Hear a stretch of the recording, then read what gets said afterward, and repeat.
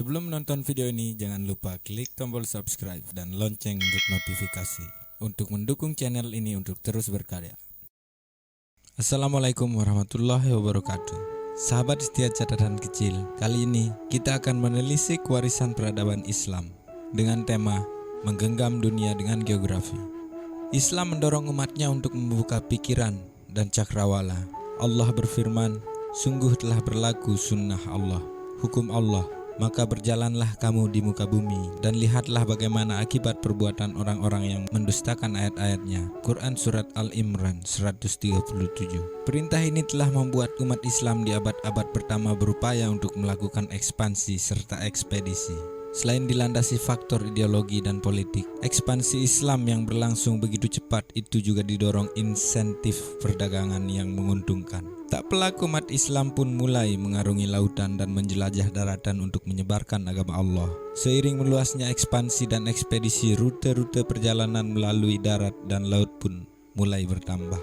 Tak heran jika sejak abad ke-8 Masehi, kawasan Mediterania telah menjadi jalur utama Muslim. Jalur-jalur laut dan darat yang sangat sering digunakan akhirnya menghubungkan seluruh wilayah Muslim yang berkembang mencapai India, Asia Tenggara dan Cina, meluas ke utara dari sungai Volga hingga Skandinavia dan menjangkau jauh ke Afrika. Ekspansi dan ekspedisi di abad-abad itu mendorong para sarjana dan penjelajah Muslim untuk mengembangkan geografi atau ilmu bumi. Di era kekhalifahan, geografi mulai berkembang dengan pesat. Perkembangan geografi yang ditandai dengan ditemukannya peta dunia serta jalur-jalur perjalanan di dunia Muslim itu ditopang sejumlah faktor pendukung. Pada era keemasan Islam, perkembangan astronomi Islam, penerjemahan naskah-naskah kuno ke dalam bahasa Arab, serta meningkatnya ekspansi perdagangan dan kewajiban menunaikan ibadah haji merupakan sejumlah faktor yang mendukung berkembangnya geografi di dunia Islam. Tak pelak Islam banyak memberi kontribusi bagi pengembangan geografi. Umat Islam memang bukan yang pertama yang mengembangkan dan menguasai geografi. Ilmu bumi pertama kali dikenal bangsa Yunani adalah bangsa yang pertama dikenal secara aktif menjelajahi geografi. Beberapa tokoh Yunani yang berjasa mengeksplorasi geografi sebagai ilmu dan filosofi antara lain Thales dan Miletus, Herodotus, Eratosthenes, Hipparchus, Aristoteles, Dicaerchus, dari Mesana, Strabo dan Ptolemy. Selain itu, bangsa Romawi juga turut memberi sumbangan pada pemetaan karena mereka banyak menjelajahi negeri dan menambahkan teknik baru. Salah satu tekniknya adalah periplus, deskripsi pada pelabuhan dan daratan sepanjang garis pantai yang bisa dilihat pelaut di lepas pantai. Selepas Romawi jatuh, Barat dicengkram dalam era kegelapan. Perkembangan ilmu pengetahuan justru mulai berkembang pesat di Timur Tengah. Geografi mulai berkembang pesat pada era kekhalifahan Abbasiyah yang berpusat di Baghdad. Ketika itu Khalifah Harun al-Rasyid dan Al-Mamun berkuasa. Mereka mendorong para sarjana Muslim untuk menerjemahkan naskah-naskah kuno dari Yunani ke dalam bahasa Arab. Ketertarikan umat Muslim terhadap geografi diawali dengan kegandrungan atas astronomi. Perkembangan di bidang astronomi itu perlahan tapi pasti mulai membawa para sarjana untuk menggeluti ilmu bumi. Umat Islam mulai tertarik mempelajari peta yang dibuat bangsa Yunani dan Romawi. Beberapa naskah penting dari Yunani yang diterjemahkan antara lain Alemages dan Geographia. Berkembangnya geografi di dunia Islam dimulai ketika Khalifah Al-Ma'mun yang berkuasa dari tahun 813 hingga 833 Masehi memerintahkan para geografer Muslim untuk mengukur kembali jarak bumi. Sejak saat itu muncullah istilah mil untuk mengukur jarak, sedangkan orang Yunani menggunakan istilah stadion. Upaya dan kerja keras para geografer Muslim itu berbuah manis. Umat Islam pun mampu menghitung volume dan keliling bumi. Berbekal keberhasilan itu, Khalifah Al-Mamun memerintahkan para geografer Muslim untuk menciptakan peta bumi yang besar. Adalah Musa Al-Khawarizmi bersama 70 geografer lainnya mampu membuat peta globe pertama pada tahun 830 Masehi.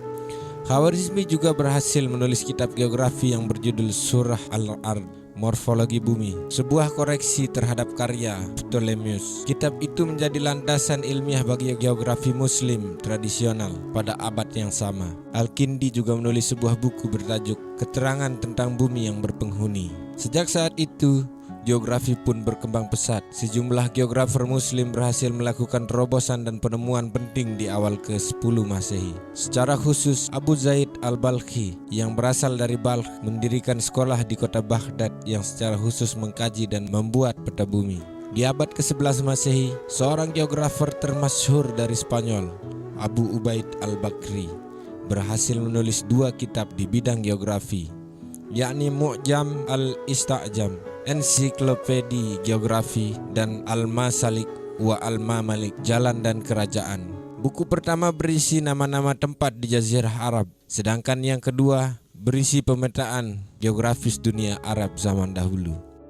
Pada abad ke-12, geografer muslim Al-Idrisi berhasil membuat peta dunia.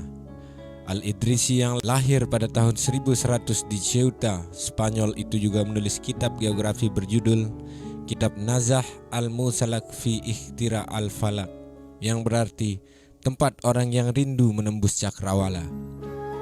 Kitab ini begitu berpengaruh sehingga diterjemahkan ke dalam bahasa Latin, Geographia Nubiensis. Seabad kemudian, 2 geografer muslim yakni Kutubuddin Asy-Syirazi 1236 sampai dengan 1311 dan Yakut Ar-Rumi 79 sampai dengan 1229 Masehi berhasil melakukan terobosan baru.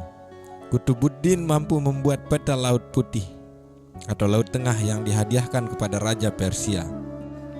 Sedangkan Yakut berhasil menulis 6 jilid ensiklopedia bertajuk Mu'jam al-Buldan, ensiklopedi negeri-negeri. Penjelajah muslim asal Maroko, Ibnu Battuta, di abad ke-14 memberi sumbangan dalam menemukan rute perjalanan baru.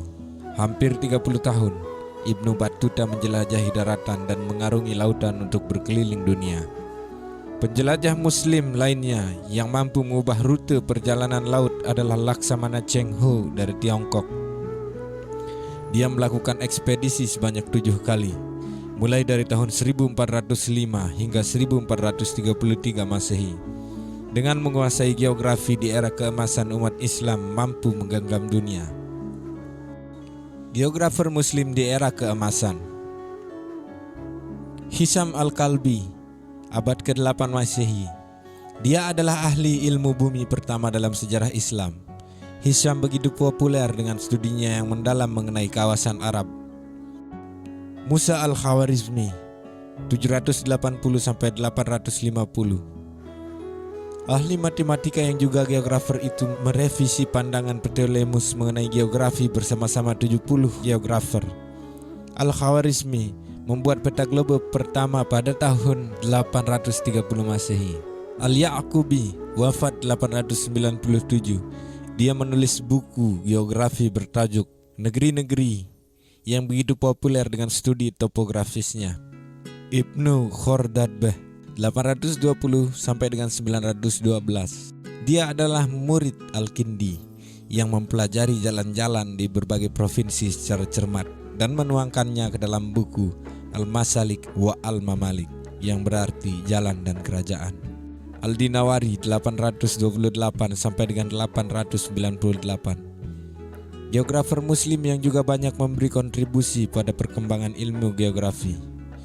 Hamdani, geografer muslim abad ke-9 yang mendedikasikan dirinya untuk mengembangkan geografi. Ali al-Masaudi, nama lengkapnya Abul Hasan Ali al-Maksudi. Ia mempelajari faktor-faktor internal dan eksternal yang mempengaruhi pembentukan batu-batuan di bumi dengan orisinalitas yang mencengangkan. Ahmad Ibnu Fadlan, dia adalah geografer yang menulis ensiklopedia dan kisah perjalanan ke daerah Volga dan Kaspia.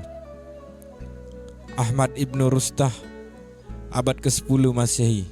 Ibnu Rustah merupakan geografer yang menulis ensiklopedia besar mengenai geografi. Al-Balkhi memberikan sumbangan cukup besar dalam pemetaan dunia. Al-Kindi, selain terkenal sebagai ahli oseanografi, dia juga seorang ilmuwan multitalenta sebagai ahli fisika optik, metalurgi, bahkan filosofi. Al-Istakhar II dan Ibnu Hawkal memberikan kontribusi besar dalam pemetaan dunia. Al-Idrisi Seperti diketahui merupakan ahli geografi kesohor pada zamannya, yang juga dikenal sebagai ahli zoologi. Al-Baghdadi, seorang geografer muslim terkemuka. Abdul Latif Mawaffaq, selain pakar geografi, dia juga merupakan ahli pengobatan. Qutb al-Din al-Shirazi, ahli astronomi kesohor. Al-Hasan al-Muraskisi, ahli geografi, juga dikenal sebagai ahli matematika dan astronomi. Al-Fida Abdul Fida, diakui keahliannya dalam bidang astronomi. Kontribusi geografer muslim. Sederet geografer muslim telah banyak memberi kontribusi bagi pengembangan ilmu bumi. Al-Kindi diakui begitu berjasa sebagai geografer pertama yang memperkenalkan percobaan ke dalam ilmu bumi, sedangkan Al-Biruni didapuk sebagai bapak geodesi yang banyak memberi kontribusi terhadap geografi dan juga geologi. John G. O'Connor dan Edmund F. Robertson menuliskan pengakuannya terhadap kontribusi Al-Biruni dan MacTutor History of Mathematics. Menurut mereka, Al-Biruni telah menyumbangkan kontribusi penting bagi pengembangan geografi dan geodesi. Dialah yang memperkenalkan teknik pengukuran bumi dan jaraknya dengan menggunakan triangulation. Al-Biruni lah yang menemukan radius bumi mencapai 6.339,6 km. Hingga abad ke-16 Masehi, Barat belum mampu mengukur radius bumi seperti yang dilakukan Al-Biruni. Bapak sejarah sains George Sarton juga mengakui kontribusi sarjana muslim dalam pengembangan geografi dan geologi. Kita menemukan dalam tulisannya Metode Penelitian Kimia, sebuah teori tentang pembentukan besi. Salah satu kekhasan yang dikembangkan geografer muslim adalah munculnya biogeografi. Hal itu didorong oleh banyaknya orang Arab di era kekhalifahan yang tertarik untuk mendistribusi dan mengklasifikasi tanaman, binatang, dan evolusi kehidupan. Para sarjana muslim mencoba menganalisis beragam jenis tanaman.